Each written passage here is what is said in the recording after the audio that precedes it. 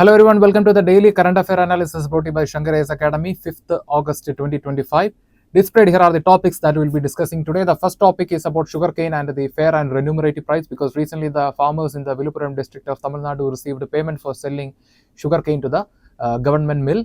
And the second topic is bio-fortified potato, because recently the International Potato Center, which is headquartered in Peru, they are planning to bring more bio-fortified potato to the Indian market with the help of the Indian farmers. And the next article is about the RBI and the Monetary Policy Committee, because we know that now the RBI Monetary Policy Committee committee meeting will be held from 4th August to 6th August. So we are expecting an unchanged repo rate even after the meeting. So we'll be discussing the basics about the MPC and the current macroeconomic stability. And the next article is about the Atmanirbhar Bharat in MSME. So recently the Yadgir Sila Panchayat in the state of Karnataka, they are planning to empower the self-help group through helping them to establish local small industries under the Atmanirbhar Bharat. So in this topic we will be discussing the Atmanirbhar Bharat, its objective, and regarding the MSME we will be discussing the key scheme, that is Pradhanmantri Mudrajana. And the last article is about the India-Philippines relation, because we know that the Philippines president is here for a 4-day visit, and this visit will empower the India-Philippines bilateral relation. So we will be discussing what are the strengths and challenges in the India-Philippines relation. And regarding the daily prelims practice question, so for that we have a separate video, and that will be uploaded in this evening at 5 o'clock. So in that video we will be discussing the important prelims practice question and the mains question related to today's discussion. So we are expecting a maximum participation from all of you. So please don't forget, at 5 o'clock this evening we will be discussing the prelims practice question and also the mains question from today's discussion. So without much delay, let's begin our discussion with the first article. Sugarcane farmers get a support price in Vipuram. The article is taken from The Hindu. So the sugarcane farmers in the Vipuram district of Tamil Nadu received payment for supplying sugarcane to the government cooperative sugar mill. So in this background, let us discuss more about the sugarcane cultivation and pricing in India. First, we will discuss some of the important facts from the news article. So the cropping area is 2024-25, and the total quantity procured by the government comes around 2.28 lakh metric ton, and the number of farmers who will be receiving the benefit comes around 3,543, and the support price announced by the government is 349 rupees per metric ton, and the total allocation for this purpose from the government is coming around 7.95 crore rupees, and finally the procure is done by the government cooperative sugar mill. And coming to the sugarcane cultivation in the Indian agriculture sector, so we know that the climate condition required for the sugarcane cultivation, mostly it is cultivated in the tropical and the subtropical region, and this region requires annual rainfall of 1000 to 1500 millimeter, and the ideal temperature for the sugarcane cultivation comes between 21 degree to 27 degree Celsius, and these are the major climatic conditions that we need for the cultivation of the sugarcane. And coming to the leading states in India, in the terms of largest area and production, the Uttar Pradesh, the northern states, they are leading, and you can see that according to the report from the Indian Sugar Mill Association, you can see that in 2021 Uttar Pradesh cultivating sugarcane in an area of nearly 23.12 lakh hectare, and it is followed by Maharashtra. They are cultivating sugarcane around in 5 lakh hectare, and followed by the other states like Karnataka, Tamil Nadu, Bihar, and Punjab.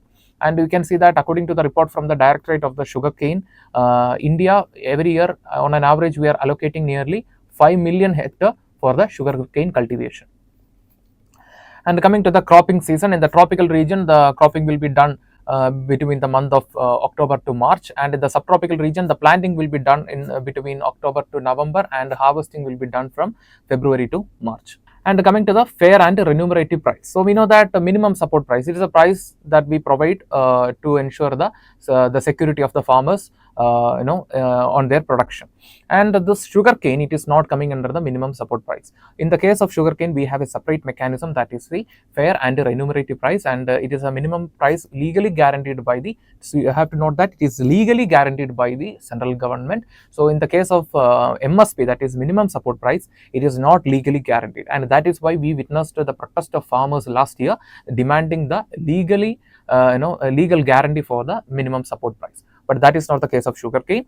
Sugarcane is priced by the fair and remunerative price, and this is legally guaranteed by the central government, and this is announced by the Cabinet Committee on Economic Affairs. We know that the cabinet committees, they are so we know that the cabinet committees, these are the highest level committees which make policies, right? And this cabinet committee on economic affairs, they announced the fair and remunerative price based on the recommendation given by the Commission for Agriculture Cost and Prices. And you have to note that so it provides the remunerative price, that means the fair and remunerative price will it is legally guaranteed, and it is backed by the Sugarcane Control Order of 1966, and this order is backed by the Essential Commodities Act of 1955. So this is the pricing mechanism regarding the sugarcane in India. So you have to understand that sugarcane is not included in the minimum support price. Minimum support price is for other commodities, while the sugarcane is coming under the fair and remunerative price, and it is legally guaranteed, not like the MSP. Okay, and it is announced by the Cabinet Committee on Economic Affairs based on the recommendation given by the Commission for Agriculture Cost and Prices. And why it is legally guaranteed? Because it is providing legal backing by the Sugarcane Control Order of 1966, and this order is backed by the Essential Commodities Act of 1955. And coming to the state advised price. So these are the price that the state government announced on the sugarcane procurement. But in the case of the state advised price, the state advised price should stand above the FRP, that is fair and remunerative price. For example, if the central government is announcing to 350 rupees per ton sugarcane, then the state advised price should be 360. That should not go below the FRP. So this is the condition. So coming to the different types of prices in the Indian agriculture sector. So first is the MSP. So MSP, it is provided, it is set by the central government for 23 crops, and it is not legally binding. And like I mentioned, this is why the protest, the last year we witnessed a protest from the farmers, and they demanded the legal backing for the MSP. But so far the government has not taken any step. And the next is the fair and remunerative price. So it is also provided by the central government. It is legally binding for the sugarcane. So we already discussed what are the legal backing for this. And the next is the procurement price. It is provided by both central and state government, and it is a price paid for actual government procurement. And the next is the state advised price. So these are the price which the state provide for the sugarcane procurement, and that should not stand below the FRP, that should stand above the FRP. Like I mentioned, if the central government is providing 350 rupees per ton of sugarcane, then the state advised price should be 360.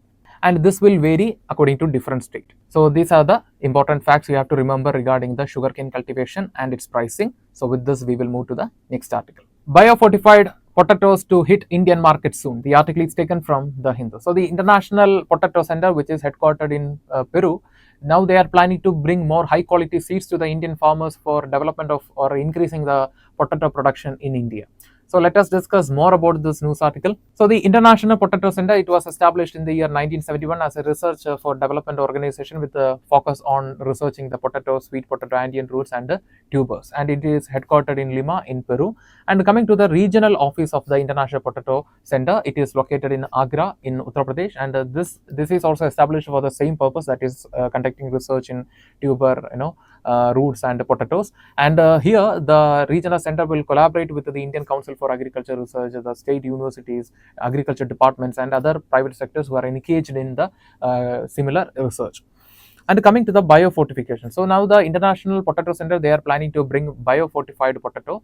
So what is meant by biofortification? It's a process of enriching the nutritional value of a crop through techniques like conventional breeding, genetic engineering and agronomics practices. And the major intention or the objective of the fortification is nothing but combating the problem of malnutrition. So recently we launched the golden rice, which is rich in vitamin, right? So these are the examples of biofortification. So the intention is nothing but combating the problem of malnutrition. And other examples of the biofortification includes iron-rich pearl millet, zinc-rich wheat, and golden rice, which is rich in vitamin A. And coming to the potato, so we know that potato is a part of our daily life, and it is a major food crop which is rich in carbohydrate, and it is a fourth largest food crop after the maize, wheat, and rice. And it is primarily a rabi crop in India, and the major potato producing states in India are the Uttar Pradesh. Uttar Pradesh is the largest producer, followed by West Bengal, Bihar, Gujarat, Madhya Pradesh, Punjab, Assam, Haryana, Jharkhand, and Chhattisgarh. So if you note, all these states, we can see that most of the states belongs to the Indo-Gangetic region, and that is why the International Potato Center, established their regional center in the Uttar Pradesh, and now they are planning to collaborate more with the farmers in the Indo-Gangetic plains for bringing more biofortified potatoes in the Indian market.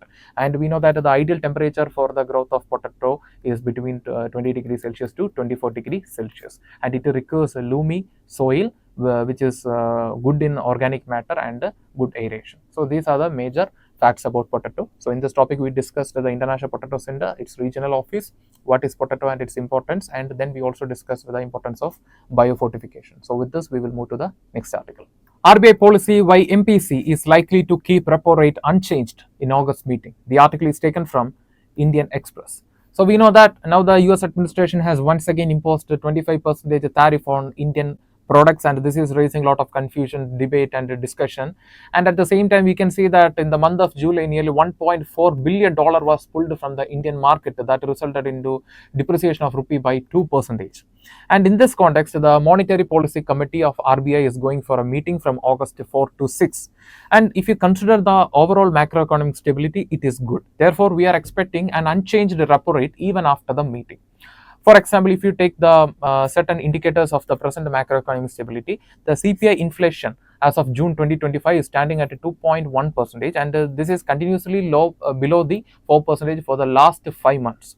And if you take the inflation forecast of financial year 2026, you can see that it is likely to be revised down to 3.5% from 3.7%. Therefore, we are not expecting an high inflation in the financial year 2026. And if you take the forecast of the GDP growth for the financial year 2026, you can see that the GDP growth is likely to be retained at 6.5%. So we know that the 6.5%, it's all right, because to achieve the Viksit Bharat anyway we need 8%, but the GDP growth also will be more or less stable. Therefore, if you take the overall condition of the macroeconomy, we can say that it is in a good condition. Therefore, we are not expecting a change in the repo rate even after the meeting. So coming to the stand, so in different time we can see that we have adopted different mechanism to deal with the volatility. For example, for a very long time we had this accommodative approach to, that means we will change our policies according to the external factors. And now in the recent times we can see a shift from this accommodative approach to the neutral approach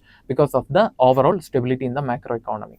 And coming to the impact on the lending rate, what if the RBI is not changing the repo rate? What will be the impact? So if we are expecting an unchanged lending rate even after the meeting. So what if the RBI is not changing the lending rate? If the repo rate is remaining unchanged, the EBLR linked loans won't change. That means, what is mean by EBLR? That means external benchmark lending rate.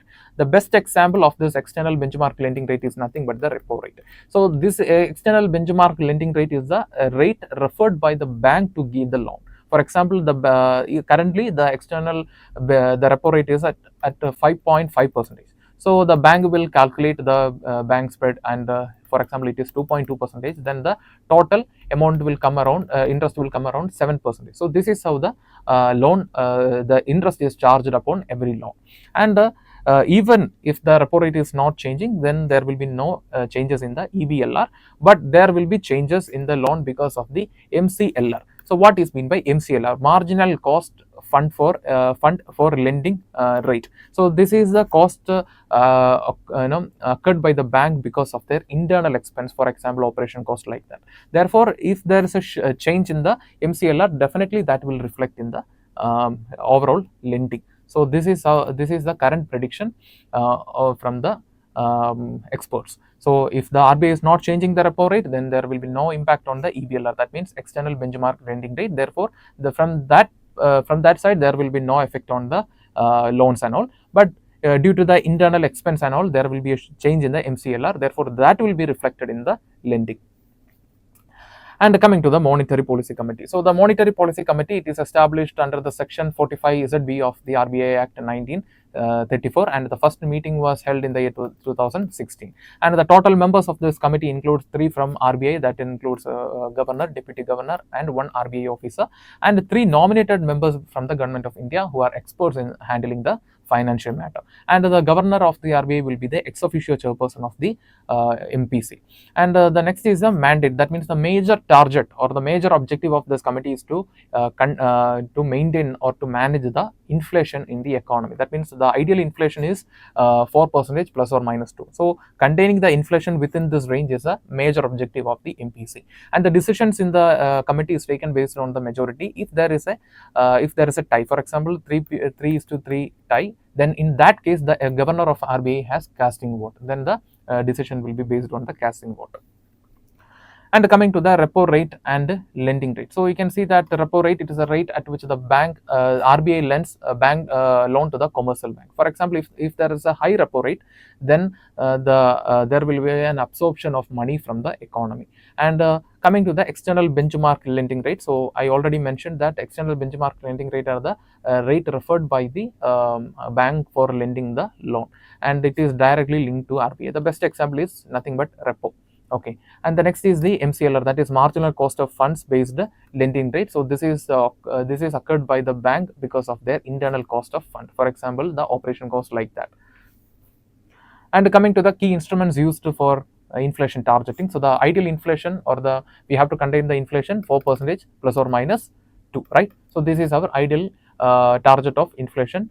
Ideal target of inflation management. So for that, the RBI will use a lot of tools like the open market operation. So during the time of, if there is a money supply, if there is a high money supply, then the RBI will issue the bond in the market for high interest, so the people will purchase the bond and the money can be reduced from the economy. So this is a one tool. And the next is the repo rate and the reverse repo rate. Repo rate is the rate at which the RBI lends money to the commercial bank. If there is a high repo rate, then the commercial bank will not ask money from the RBI. Instead, they will take from the economy. So that time the absorption of the money will happen. The money flow in the economy will reduce. And the next is a reverse repo rate. It is a rate at which the commercial bank lend money to the RBI. If the RBI is saying that we will give you more interest, in that case the commercial bank will lend more money to the RBI instead of taking money from the economy.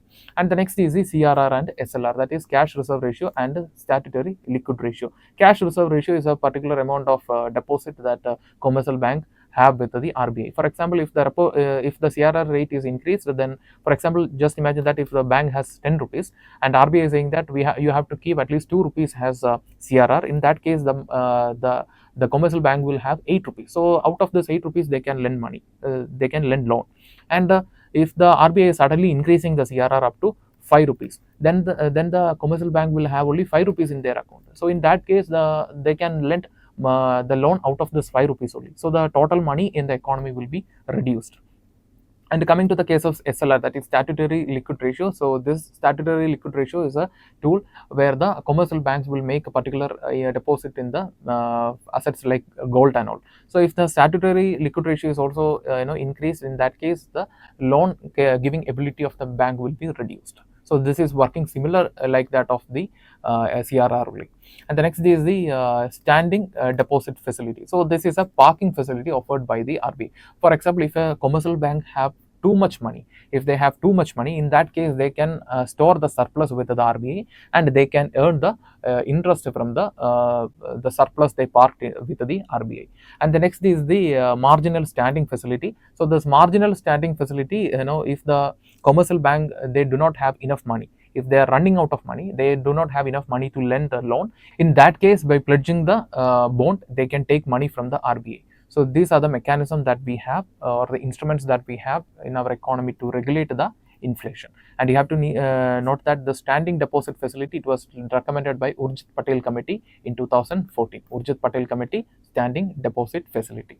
So in this topic, we discussed the basics about the Monetary Policy Committee and instruments that we have presently to deal with the inflation. And we also discussed what will be the impact if the upcoming meeting of the MPC keeps the repo rate unchanged. So with this, we will move to the next article.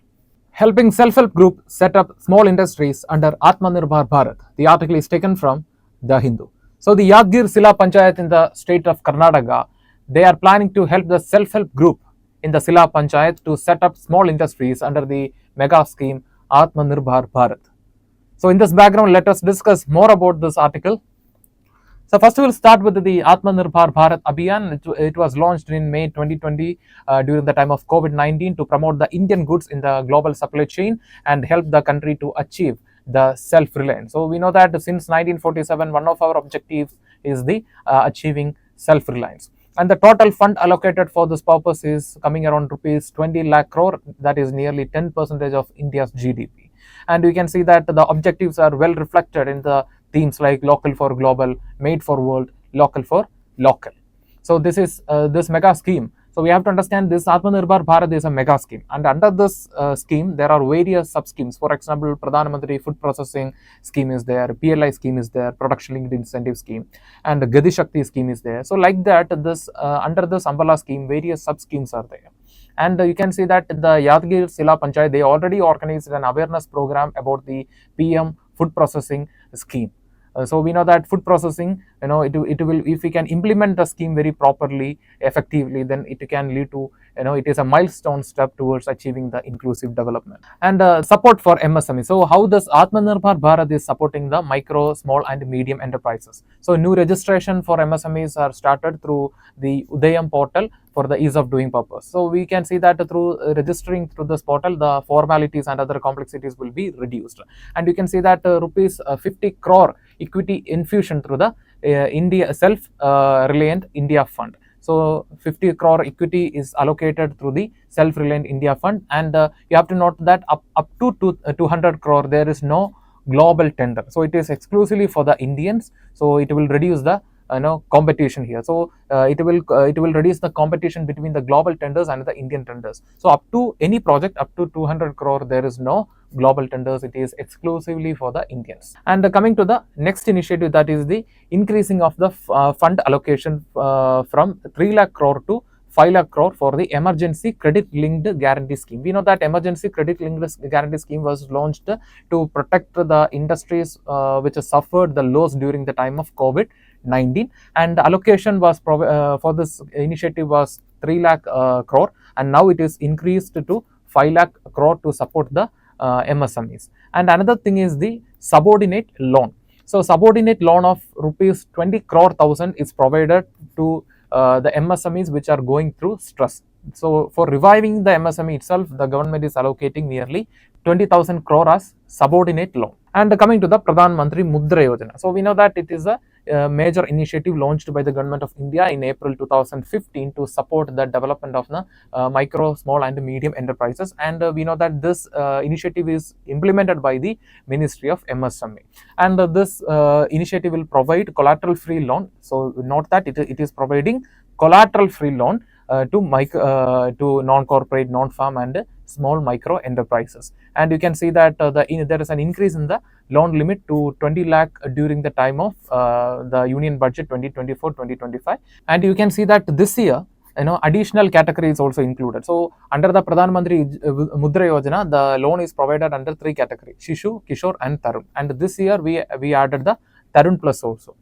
So coming to the loan amount category. So like I mentioned, there were 3 categories, that is Shishu, which covers the loan up to 50,000 rupees, and Kishore, it will cover the loan from 50,000 to 5 lakh, and the Tarun will cover the loan above 5 lakh to 10 lakh. And now we launched the Tarun Plus, which will cover the loan from 10 lakh rupees to 20 lakh rupees. And the implementing institutions of the Pradhanmantri Mudrajana, so the loan will be provided through the scheduled commercial bank, regional rural bank, small finance bank, and non-banking financial companies and micro financial institutions. So this will ensure the accessibility to this benefit in every nook and corner of the country. And coming to the key benefits, the first benefit is the collateral free loan. We know that the lack of collateral is one of the major factor that discourages the farmers, especially the people from the rural and the remote area, from accessing the loan. If they go to the private bank, they have to submit the collateral. But in the case of Mudrajana, the loans will be provided collateral free under the credit guarantee fund for the micro unit. And the next is the no processing fee for the Shishu loans. So we know that there are 4 categories. So the Shishu loan will cover up to the Shishu category will cover up to the loan amount of 50,000. So there is no processing fee for the Shishu loans. And the next is encourages financial inclusion. Like I mentioned, so we are providing the loan under a different category, and it is collateral free. And at the same time, under this Pradhanmantri Mudrajana, we have launched another innovative step, that is the launching of Mudra Card. So, and at the same time, we can see that there are many implementing agencies, not just one. There are many implementing agencies like non-banking financial institutions, microfinance institutions, scheduled commercial bank, rural bank. So there are many institutions. So therefore, it will ensure the reaching of the accessibility in every nook and corner of the country. And another major benefit, the major benefit is the no need for collateral, and it helps create a self-employment and local job. So the best example that we can cite before us is the initiative taken by the Yadgir Sila Panchayat. So they are planning to employ, create the self-employment for the regional self-help group. And coming to the Mudra Card, so like I mentioned, it is an innovative step taken under the Mudra Yojana. So it offers flexible and hassle-free working capital through overdraft facility. What is meant by overdraft facility? For example, if a person does not have money in his account, just imagine that in my bank account I don't have any amount, but still I can take credit from the bank. So later I can repay the amount whenever I have money in my account. So this facility is known as overdraft facility, and under the Pradhanmantri Mudra Yojana, the person can access up to 10,000 rupees. And the next is it is issued as a rupee card linked to the Mudra loan account.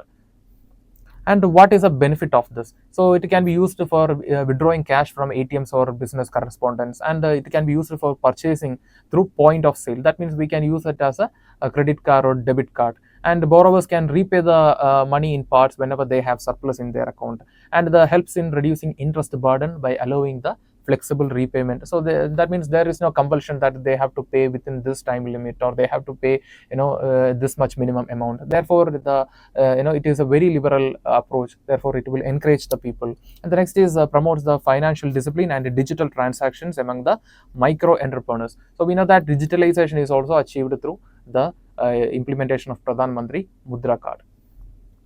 And coming to the key achievements of the Mudra Yojana as of 2025. So as of 2025, nearly 40,000 crore loans are sanctioned since the inception. So it was launched in 2015, right? So within this 10 years, we have provided nearly 45 crore loans under the Mudra Yojana, and you can see that most of them are benefiting women. That is 60% plus beneficiaries are women, and 50% of loans are allocated to the SC, ST, and OBC people. And in 2025, a loan worth of 20 lakh plus crore is currently dispersed, and it plays a significant role in promoting entrepreneurship in rural and semi-urban area. So we can see that through the Pradhan Mantri Mudra Yojana, we have liberalized the formal loan policy, and we can see that the innovative step, that is Mudra Card, will ensure the the enhancement of digital objectives of India, and at the same time financial inclusion. So now we can see that the Sila Parishad, that is the Yadgir Sila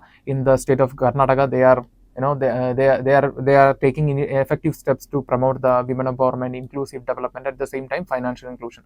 If it is a successful, then it is going to be a successful role model that other parts of the country can also follow. So with this, we will move to the next article. Philippines President Marcos Jr. to visit India as two sides deepen maritime cooperation. The article is taken from The Hindu. So for the 4-day visit, the Ferdinand Marcos Jr., the President of Philippines, will come to India, and through this visit, India is planning to establish a strong maritime cooperation with the island nation. So let us discuss more about the India-Philippines relation. So we can see that if you take the history, both countries were once colonies of Britain, and in the case of Philippines, the Philippines was colonized by two powers. Till the early 20th century, Philippines was colonized by Spain, and after that America colonized the Philippines for some time, and in the late 1940s they got independence. So at present, the cooperation between the two nations, the Philippines and India, spans across various sectors including defense, because recently we exported the BrahMos supersonic missiles to Philippines, and trade, investment, and cultural exchange. See, these are the areas where Philippines and India are currently cooperating. And you can see that India established a formal relation with the Philippines on 26th November 1949, shortly after their independence. And the year 2024 marks the 75th anniversary of formal bilateral relation between the two nations. And coming to the umbrella mechanism for strengthening the bilateral relation with between the two nations, it is the Joint Commission on Bilateral Cooperation, co-chaired by Ministry of External Affairs and the Philippines Secretary of Foreign Affairs. And coming to the India-Philippines bilateral strength, what are the areas the both nations are strongly cooperating? First is the strategic and defense cooperation. So India and the Philippines support the freedom of navigation and the rule-based order. For example, the rule of the sea based on UNCLOS. And at the same time, recently we can see that there is a growing defense relation between the two nations with the export of BrahMos supersonic cruise missiles to the Philippines. And the next is conducting joint military exercises and naval port code. So followed by this visit towards the end of this August, the INS Delhi, INS Kiltan, and INS Sandhyak. So all this INS fleet, Indian naval fleet, will reach the Philippines, the Manila port, for conducting joint exercise with the Philippines for strengthening the maritime cooperation. And the next is defense dialogues and capacity building under the ASEAN framework. So we know that it is a time where the multilateral mega forums like the UN, they are all losing their previous authority. And at the same time, you can see that in the recent times, the rise of regionalism, especially in the form of ASEANs and all ASEAN, Shanghai Cooperation Organization. So recently we can see that all these type of platforms are getting more attention and they are becoming more active. Therefore, that is why I am saying there's a rise of regionalism in the internationalism. So therefore, you can see that both nations can cooperate in the defense dialogue and capacity building under the ASEAN framework. And you can see that the ASEAN nations are also committed with the similar objectives of India.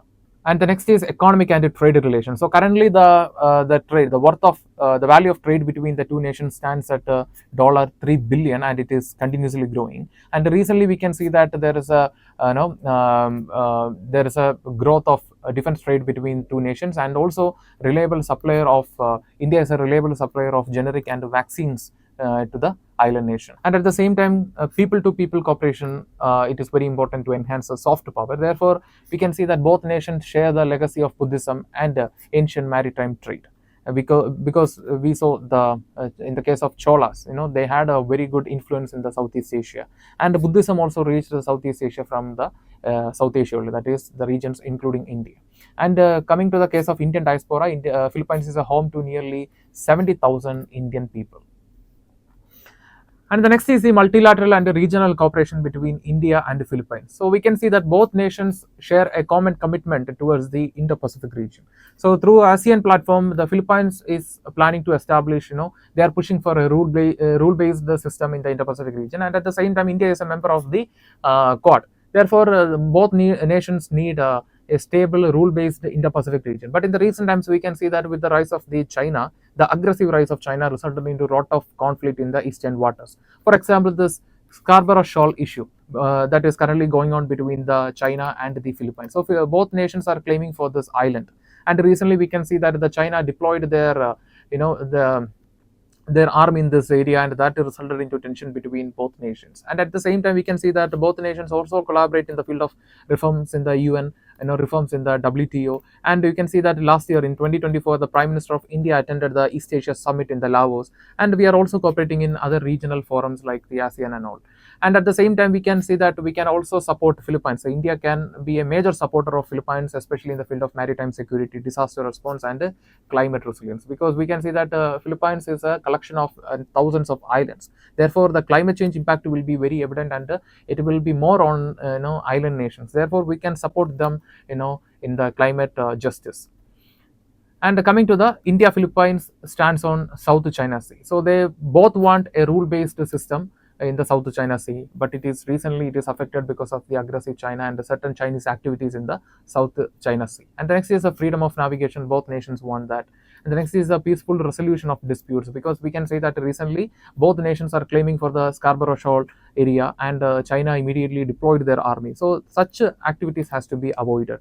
And the next is the opposition to the unilateral actions, biased actions and all. And the next is support for ASEAN centrality, because ASEAN is the biggest forum in the East Asia. And the next is a strategic maritime cooperation to promote the free, open, and inclusive Indo-Pacific region. So this is a need for both India and Philippines. So that's why ASEAN is pushing for this. At the same time, Quad is also pushing for this. And coming to the key challenges in the Indo-Pacific, in the India-Philippines relation, first is the low trade volume. So comparing with other nations, the trade between India and the Philippines is relatively low, and currently the value is at $3 billion.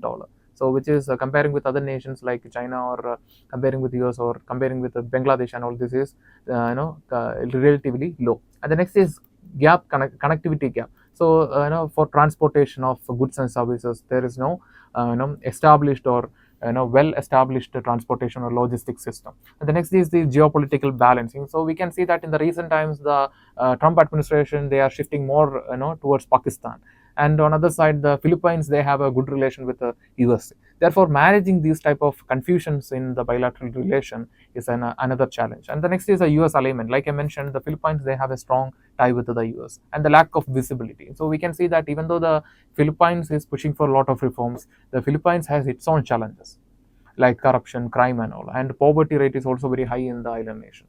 The next is a slow implementation because of lack of common standards between both nations. And the next is underdeveloped people to people ties. So we can, like I mentioned, nearly 70,000 people, Indian people, are living in the Philippines, and at the same time we have well established cultural ties with the Philippines, especially in the name of Buddhism and all. But still we can see that especially in the key areas like education, in such areas, research, in such areas, we are lacking the people to people tie.